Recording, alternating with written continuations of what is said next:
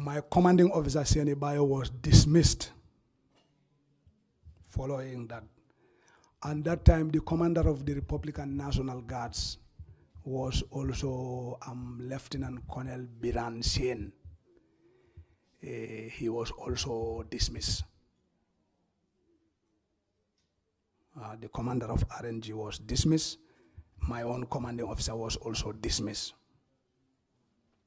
So, but for us, we remain.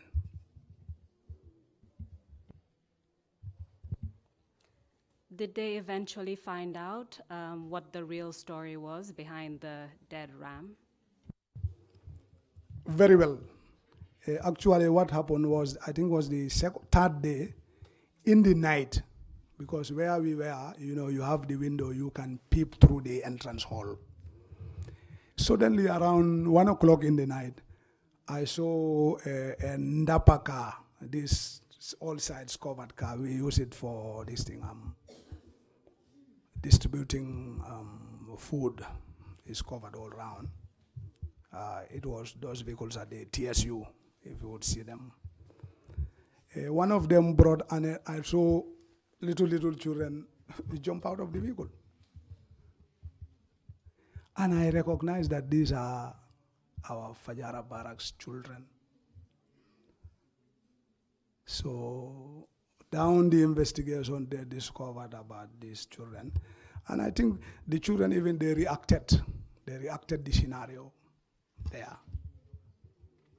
So I don't know subsequently when were they taken back, whether they were taken back the same night or whether they were taken back the following day.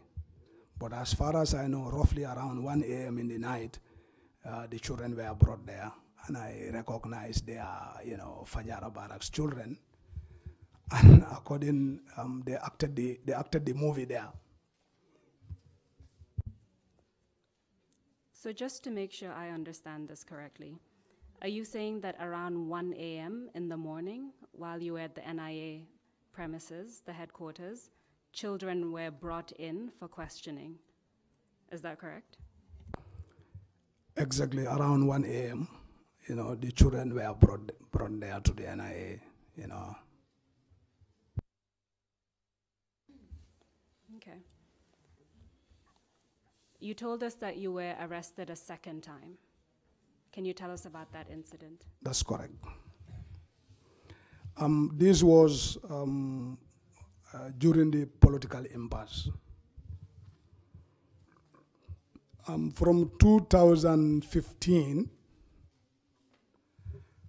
to 2017, I was the deputy commander at the Fajara Barracks.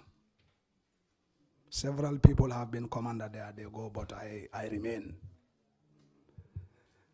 And subsequently, you know, in 2016, you know, a very heated political campaign here, we all know. Then subsequently came the elections. And we play our part to ensure, especially me as the 2IC, together with my CO, we try to play our part to ensure that since the soldiers are permitted to vote, for them to vote. We had meetings with the IEC, and then we told them that come election day, our soldiers will not be able to go and vote where they are registered, because the army will be on 100% standby, meaning that everybody will stay put. So we negotiated with them to work out modalities to have our soldiers being able to vote. We highlighted those concerns. They were also reasonable, and they accepted. So what we did was we asked all the soldiers to bring along their voting cards. We wrote their name, and we wrote the name of the voter registration number.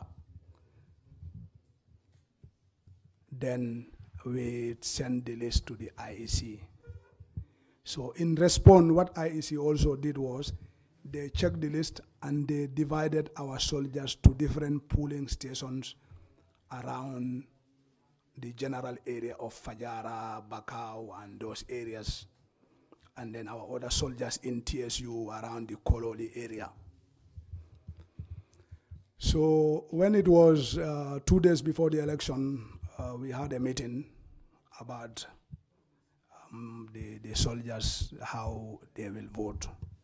Because already we have taken over a lot of guard posts, like the PIU, the Police Intervention Unit, there are guard posts around here.